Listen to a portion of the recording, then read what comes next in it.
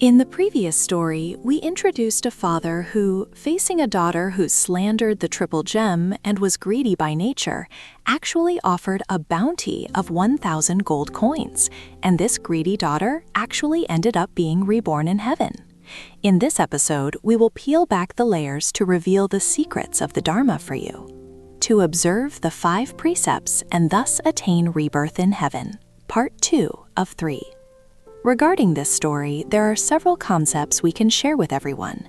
The father's method of rescuing and protecting his daughter and guiding her to take refuge in the Triple Gem and receive and uphold the precepts can also be found in the Buddhist sutras, such as in the following passage in Volume 2 of the Vimalakirti Nirdesha Sutra.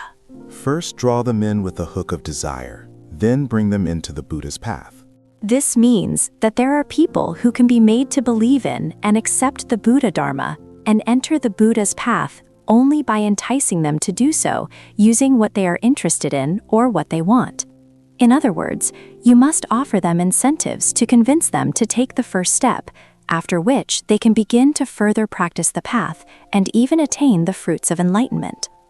If one directly demands that these people take refuge in the Triple Gem and receive and uphold the precepts, learn the Dharma and practice the path, or directly gives them long-winded lectures about these, they would not listen and might reject or even slander the teachings, making it impossible to help them enter the door of Buddhism and study the Dharma. The Buddha always observes the causes and conditions to guide sentient beings. The father in this story from the storehouse of sundry valuables guided his daughter in this manner, which demonstrates the skillful expedient for saving, protecting, and embracing sentient beings that we should learn in the process of practicing the Bodhisattva Dharma path. Next, let's briefly discuss the importance of taking the Triple Refuge and receiving and upholding the 5 precepts, because the daughter in the story managed to be reborn in the heaven of the desire realm only after doing so. First, the Triple Refuge means relying on the Triple Gem. After entering the door of Buddhism to learn the Buddha Dharma and taking refuge in the Triple Gem, one must no longer take refuge in non-Buddhist paths.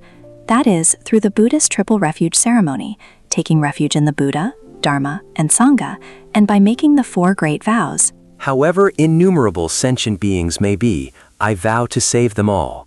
However inexhaustible afflictions may be, I vow to eradicate them all. However immeasurable the teachings may be, I vow to study them all.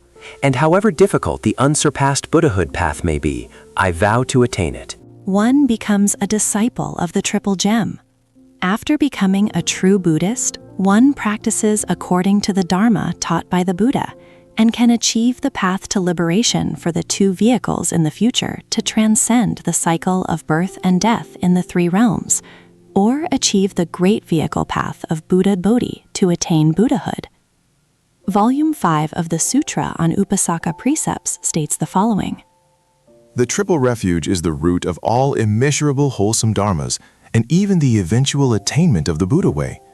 Therefore, it is impossible to learn and attain fruition in Buddhism without first taking the Triple Refuge. Furthermore, Volume 6 of the Sutra on Upasaka Precepts emphasizes that taking the Triple Refuge is not just a formality or a ritual procedure, but consists in truly believing in and accepting cause and effect, believing that there is a path to liberation and a Dharma for attaining Buddhahood, and believing that there are knowledgeable and virtuous mentors who have already attained the path and can teach us to practice and learn the Dharma. In addition, one must stay close to the Triple Gem and knowledgeable and virtuous mentors to receive their teaching. Only then can one be considered to have truly taken the Triple Refuge. Moreover, if one's practice is not efficacious, or if one easily resonates with ghosts and spirits, after taking the Triple Refuge, one will be protected by Dharma-protecting deities, which can reduce the obstacles to practice.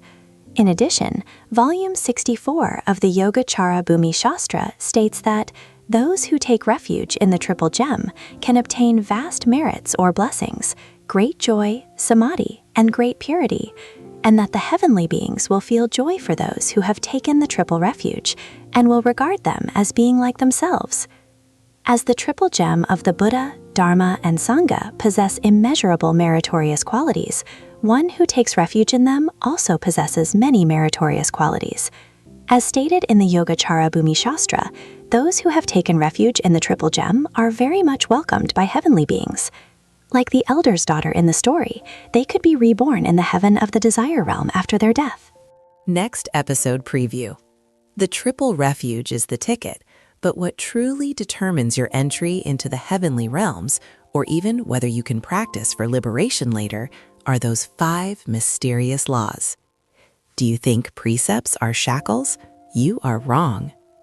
Why is it that merely not killing, not stealing, not engaging in sexual misconduct, not lying, and not drinking alcohol, these 5 things can generate the power to turn things around?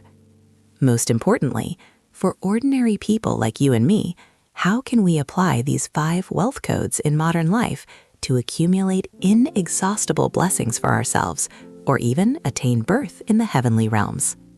Please continue to follow us. In the next episode, we will analyze this in depth.